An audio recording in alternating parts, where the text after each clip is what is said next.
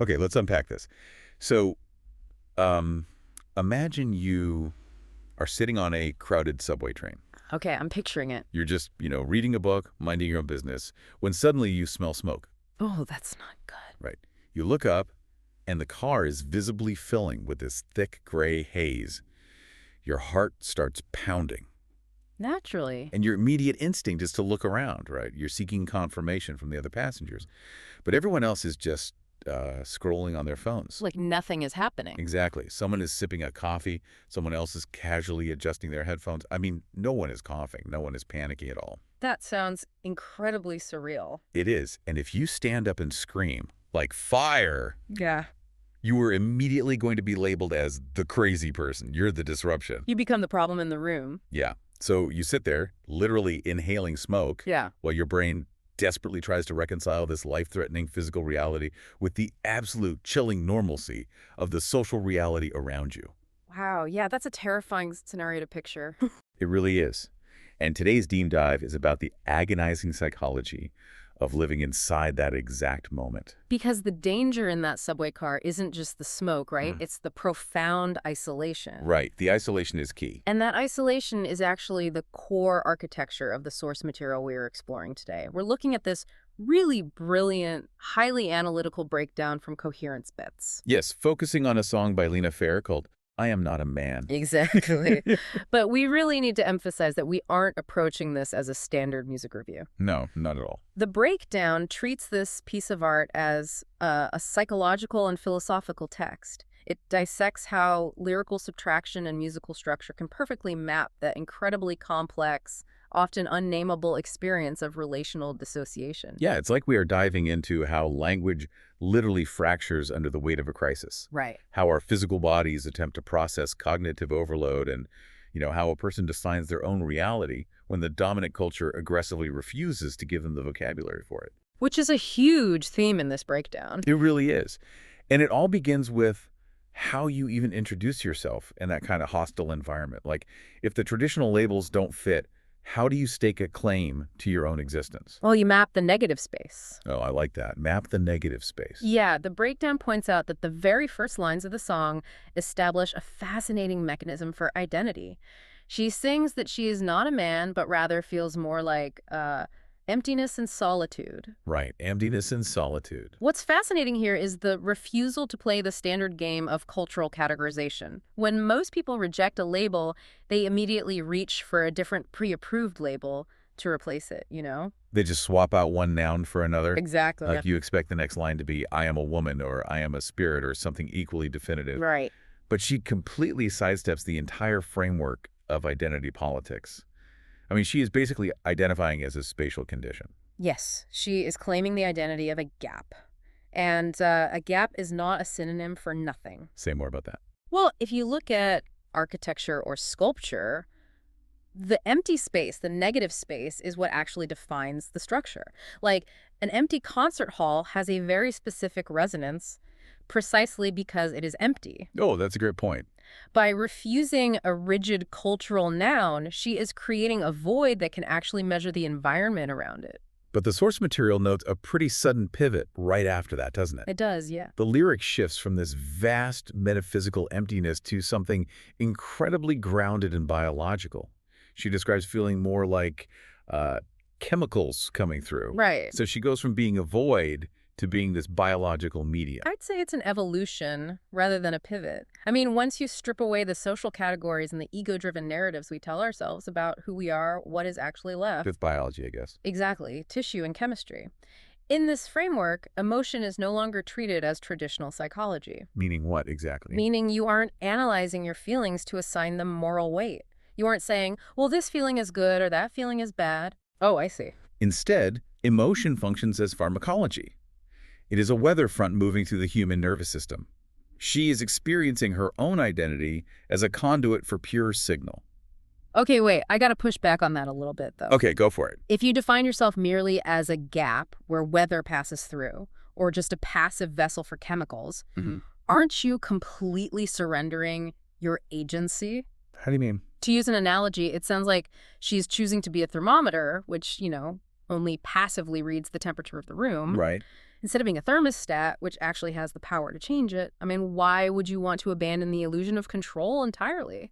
That's a really important distinction, but I think prioritizing the thermostat over the thermometer is a bias of a culture that's just obsessed with control. That's fair. These aren't lesser instruments of existence. They are just differently calibrated. Think about it. If you are structurally denied access to the thermostat, Like society says your hand isn't allowed on the dial. Exactly. If you can't touch the dial, then being a hypersensitive, incredibly accurate thermometer is your only tool for survival. wow, okay, yeah. You are tuned to frequencies that the dominant social frameworks deliberately ignore. The power isn't in changing the temperature. The power is in the undeniable awareness of the heat. Which means you are the only one accurately measuring the room. Precisely. But, when you exist merely as an instrument measuring the room's temperature, the true terror begins when your readings completely contradict the behavior of the people around you. And this is exactly where the breakdown locates the emotional epicenter of the entire piece, the concept of the polite catastrophe. Yes, the polite catastrophe. The imagery she uses to describe this is just so visceral. It really is. She asks the person she's with why they are whispering so politely when all around them the house is burning down. It's such a masterful encapsulation of relational dissociation. Totally. When we think of dissociation in media, it's usually depicted as a loud, chaotic break from reality. Like hallucinations or screaming. Right, dramatic flashbacks, things like that. But this is the quiet horror of an interpersonal crisis. It's that subway car filled with smoke from your intro. Yeah. You are sitting across from someone in an actively burning house, and they are coldly, calmly managing the social etiquette. Imagine being at a formal dinner party. Yeah. You are watching the ceiling beams literally snap in half, right? Yeah. The heat is blistering your skin. But the person across the table just lowers their voice to this hushed library whisper, completely ignoring the flames, and calmly asks you to pass the salt. That is exactly it, and it forces the speaker into an impossible psychological corner. Because if the fire is real, then the person whispering to you is either dangerously delusional or actively betraying you. Exactly. But if the whisper is the true reality, then your own sensory input, the heat, the smoke, your own eyes, is basically lying to you. Precisely, and choosing to believe the polite whisper means choosing to view yourself as insane. The breakdown emphasizes that it is the performance of normalcy, far more than the actual fire, that causes the psychological fracture. The whisper itself becomes a weapon.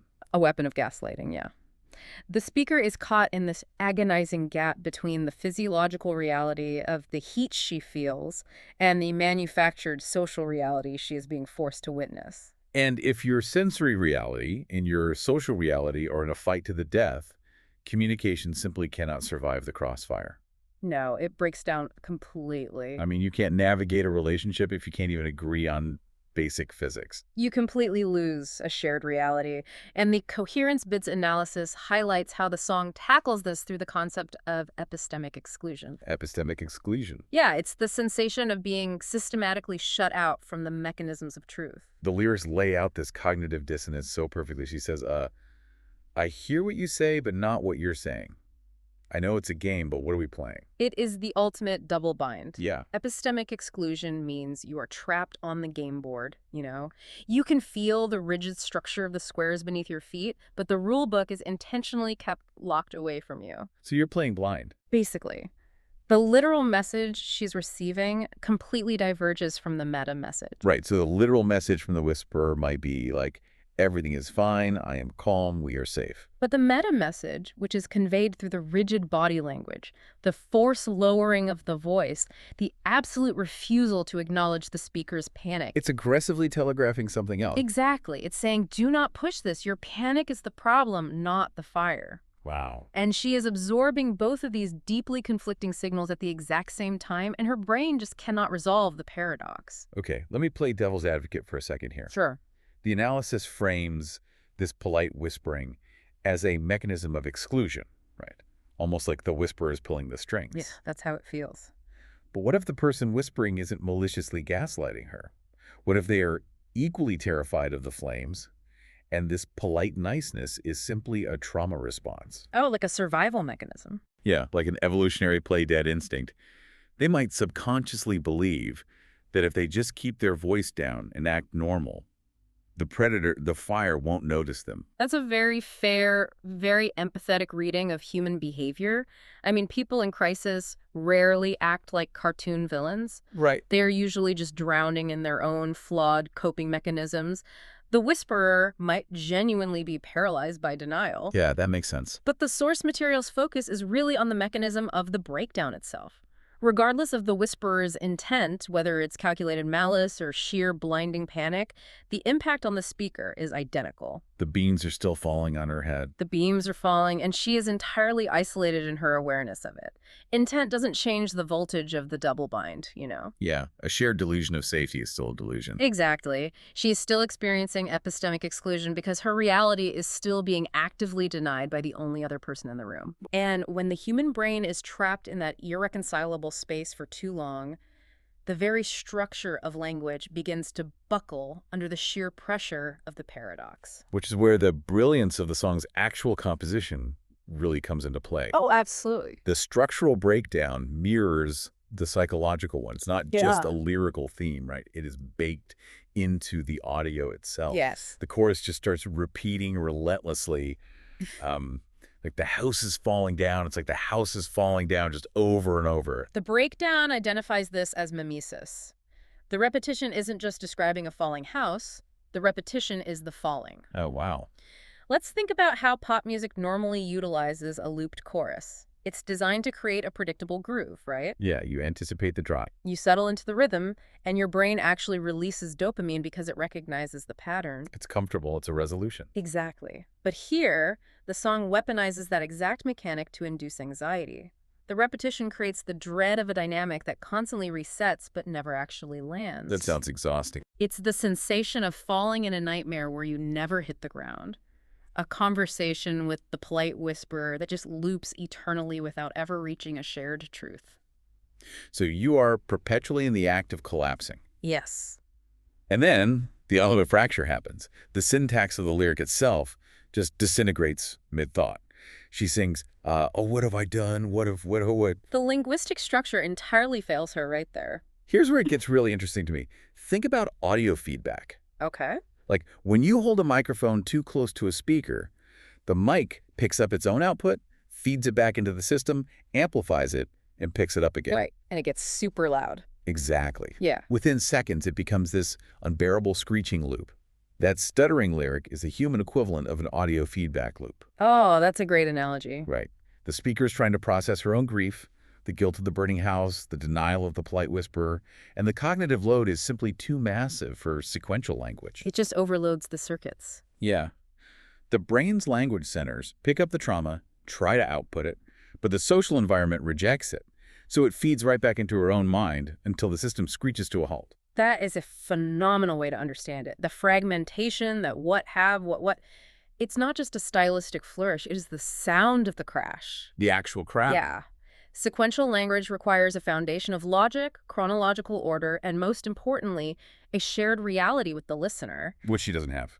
Exactly. When that shared reality is stripped away via epistemic exclusion, you physically cannot formulate a complete sentence. Wow. She begins to ask a question, what have I done?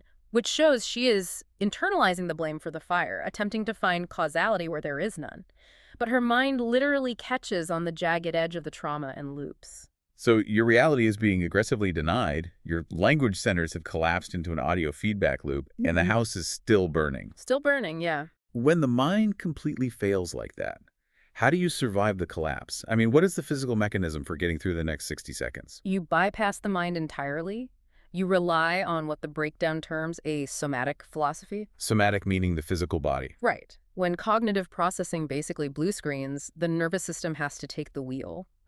And the song offers a quiet, almost meditative interlude that answers this question of raw survival. What are the lines? Just 3 short lines. I've been here before, open fist, open door. They sound so simple, but mathematically, they carry the entire weight of the resolution, don't they? They really do. If we connect this to the bigger picture, these 3 lines outline a highly sophisticated trauma response. Let's start with, I've been here before. Okay. That is the body's pattern recognition activating. This isn't her first burning house. Her nervous system remembers the specific barometric pressure of a room right before a relationship implodes. It's like muscle memory for disaster. Exactly. And then the open fist. That is such a deeply unnatural, counterintuitive physical image when you are in danger. Because it represents a conscious override of human evolution. Yes. When you are threatened, evolutionary biology dictates that you clench your fists. You brace for physical impact, you prepare to strike back, or you grip desperately onto whatever is closest to you so you don't fall. But she says open fist. An open fist is an act of radical acceptance. It is a hand that is learning how to release its grip without submitting to the fire. It's surviving without fighting a battle you cannot win, and without clinging to the illusion of safety. Man, that's powerful. And the open door follows the exact same spatial logic as the fist, doesn't it? It does. Like she isn't physically barricaded in the burning house, the door is standing wide open. Yeah. But what I find so haunting is that the song leaves it completely unresolved. We never actually hear the footsteps of her walking out that door. The ambiguity is the point. And this brings us full circle to the title of the song, I Am Not a Man, and the overarching theme of the Coherence bits analysis. How so? Well, in the cultural grammar that the speaker is trapped within, she lacks the structural authority to simply declare that the fire is real and walk out. Right.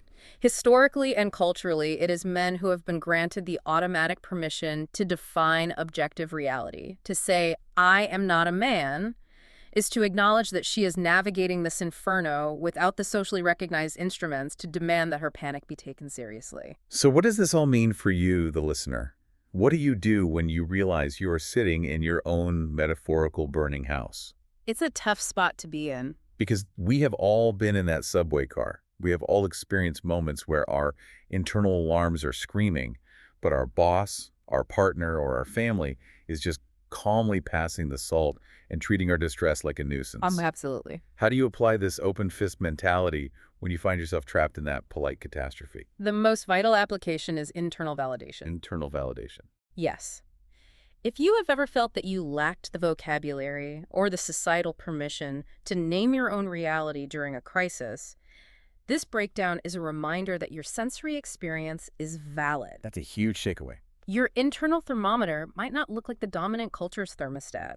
You might not have the power to instantly change the weather in the room, but your differently calibrated emotional instruments are not broken and they are not lesser. Yeah. They are simply attuned to a frequency of truth that the people around you are too terrified or too deeply in denial to acknowledge. You have to trust your own chemicals coming through, even when the room is whispering that everything is fine. Because the song refuses to offer a cinematic rescue. Yeah. There is no triumphant bridge where the whisperer suddenly wakes up, apologizes, and helps put out the fire. Right. It denies you that neat closure. It refuses to hand you a stable, easily defined self. Yeah. Instead, it leaves you with the raw materials of survival, your biology, your chemistry, the agonizing loops of the present moment, and a radically open door. The fist remains open. The door remains open. Which leaves me with a final thought, just something for you to chew on after this deep dive wraps up. Yeah. We've spent this entire time unpacking the sheer dread of the burning house, the psychological torture of the polite whisper, and the collapse of language. It's been heavy. It has.